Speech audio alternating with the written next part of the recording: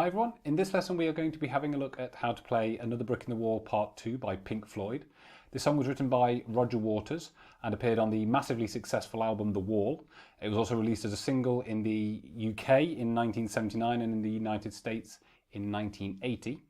Now the song features a very distinctive bass line and some very prominent choppy chords in the verses and the chorus. And it also features a school choir, the Islington Green School, who paid £1,000 for their services.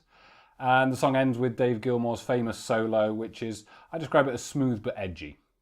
Now, the song features several guitar parts in the verses and in the chorus, and I'll try and get through as many of them as I can in this video. And then I will do a second video focusing on the solo, and I'll leave a link in the description to that as soon as it's online. Okay, so the song features a 16th note strumming pattern throughout. Now, if you're not quite sure how that works, we're going to count 1 E and 2 E and 3 E and 4 E and So on the ones and the ands, we'll be playing a downstroke, and on the E's and the Us, we'll be doing an upstroke. So 1 E and 2 E and 3 E and 4 E and 1, 2, 3, 4. Now it's important to keep your hand moving all the way through. The first chord that we're going to need then is a D minor, and we're going to do it as an A minor bar done up at the 5th fret. So we'll have the first finger on the 5th fret, second finger on the 6th fret of the B string, and then 3rd and 4th fingers on the 7th fret of the D and of the G strings. And we only really need the top 4 strings. So if you can't do the bar chord, you could get away with just putting your first finger on the 5th fret of the top E string. I should do it as the bar chord though. Okay, and the rhythm, or the main thrust of the rhythm at least, is this.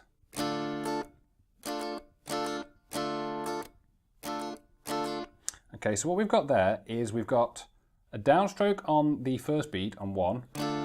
We keep our hand moving, and then we're going to do an upstroke on the So this will be 1 E and Beat 2 is rested, but we need to keep the hand moving, so we'll have 2 E and We're then going to do a down and up on 3 E, so 3 E and then 4 E and So that will give you 1 E and 2 E and 3 E and 4 E and And notice that after the first beat, I let that note ring, so 1 E and but then after the upstroke there, we cut off the chord. So 1 E and 2 E and 3 E, cut off, 4 E, cut it off.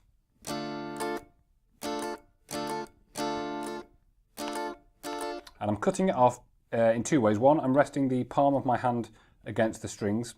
On my right hand and on my left hand, I'm just briefly letting go of the pressure on the strings. I'm not taking my fingers off the strings, just letting go of the pressure.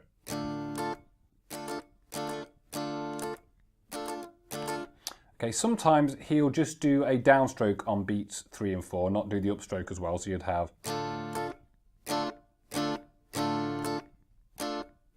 He usually does that when there's singing going on before going back into the down up on beats 3 and 4 whenever the singing stops. And sometimes he'll also throw in a hammer on. You'll have to do the bar chord version for this. So what you do is you take all except your first finger away, and on beat 1, play the chord, and then hammer those 3 fingers back on.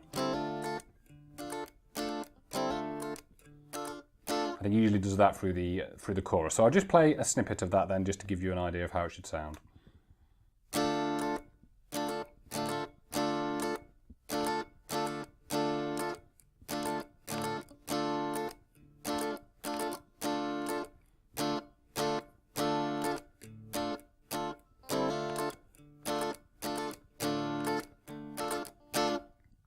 Okay, so the next chord that comes along then is a G chord. Now there are, as I mentioned in my intro, there are several guitar parts. So one of the guitar parts is playing this.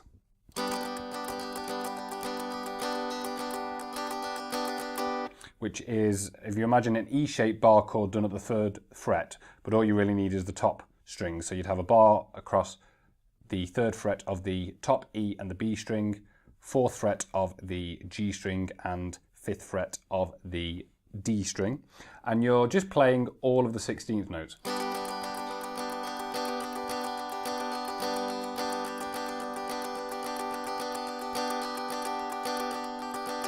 And that goes on, I think, for 4 bars. So that's one guitar part. The other guitar part is actually playing this.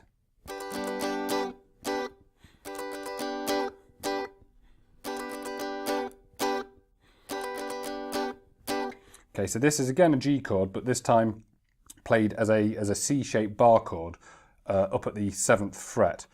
You don't even need the little finger on this, so you'd be barring across the 7th fret. You'd then have your 2nd finger on the B string at the 8th fret and the 3rd finger on the 9th fret of the D string. You can as well add the little finger onto the 10th fret of the A string, but you don't really need to because it's only the top 4 strings that you really want to hear. And the rhythm is like this.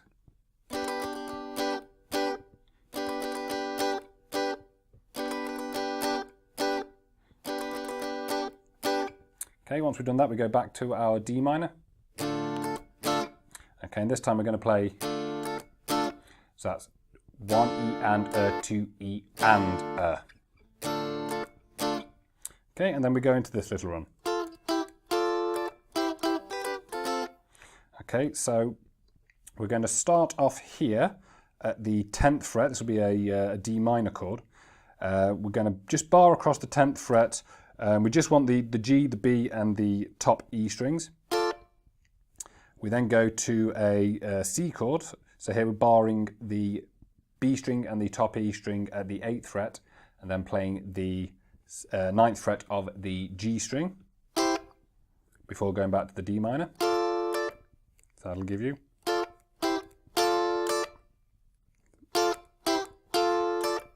We then go back to that C chord, play that twice. We're then going to go into a G chord. So here we're playing what looks like a D, looks like a D chord, moved up to the 7th fret. So we'll have 7th fret on the G string and the top E, and then our 3rd finger here on the 8th fret of the B string. So where are we?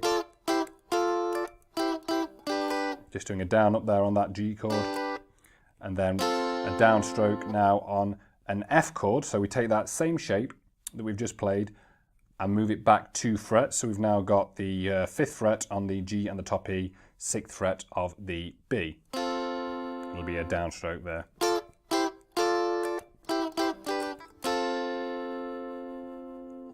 Okay, now at this point then, one of the guitar parts will do 16th note strums on this F chord. So what we're going to do is just add the little finger onto the 7th fret of the D string and just play 16th notes for 1 bar.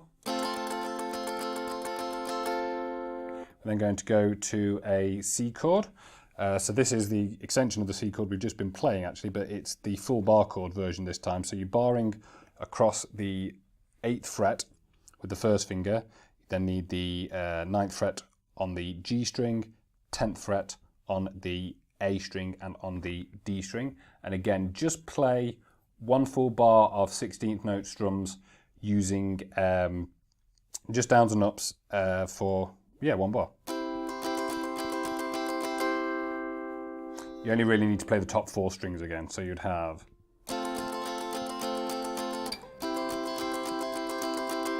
before returning to the D minor, then back to that F chord, C chord,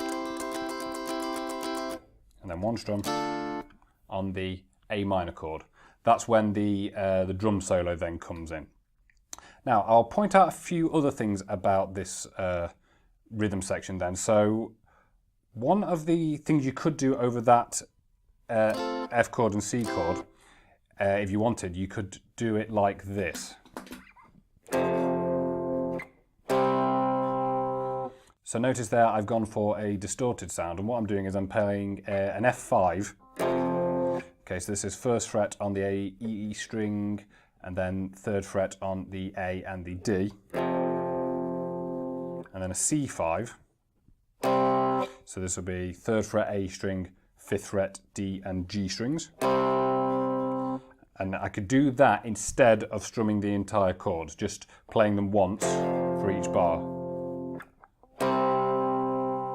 before returning to the clean sound.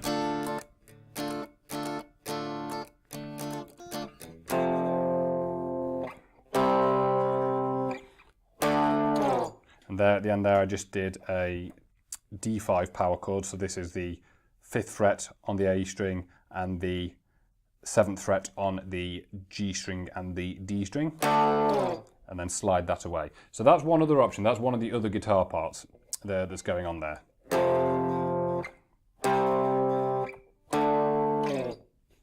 Okay, at that point the drum solo would come in and you get this happening.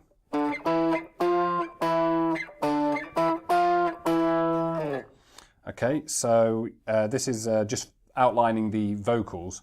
You could play this if you wanted to simplify it down here by just doing the open D. So it'll be open D, 2, 3, all on the D string, back to 2, open, 2, 3, 2. That'd be one way of doing it. The way it's played on the record, I think, though, is this. So this is the 5th fret of the A string, and then the same note an octave higher, which in this case would be on the 7th fret of the G string. And I'm playing this, I'm using the pick to play the A string, and I'm using my 3rd finger, my middle finger on my right hand, to pluck the G string. So you start here with the 5th fret and the 7th fret then. Keep that shape, move it 2 frets higher. Now I got 1st finger on the 7th fret and the 3rd finger on the 9th. Then go 1 fret higher, so now I've got 10 on the G string and 8 on the A string. Come back 1 fret, back 2 frets, up 2 frets, up 1 fret, and back 1 fret. So you're just going up and down.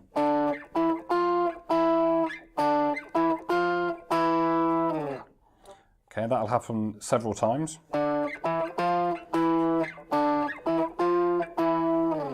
Okay, you'll also get this where there's the change to the G chord.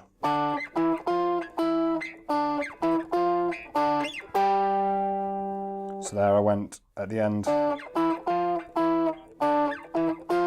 all the way back to 5, and then all the way up to 10 on the A, 12 on the G. Okay, so that's several ways of playing it. Depends what you want to do, really. You can, if you're playing in a band and you've got several guitarists, you could obviously play all of the parts. If you're on your own, what I would probably do is I would probably go for a clean sound to play the main thrust of the chords. So I'd probably do this one, obviously.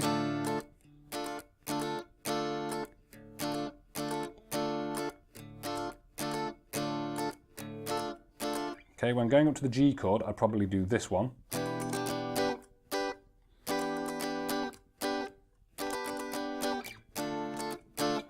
And of course Then here, I'd probably switch to the distorted sound and play the 5s. Back to the clean sound.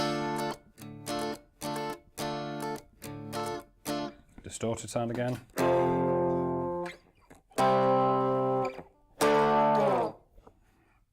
Okay, so it's really up to you, but that is how you play the chords and the verses of Another Brick in the Wall.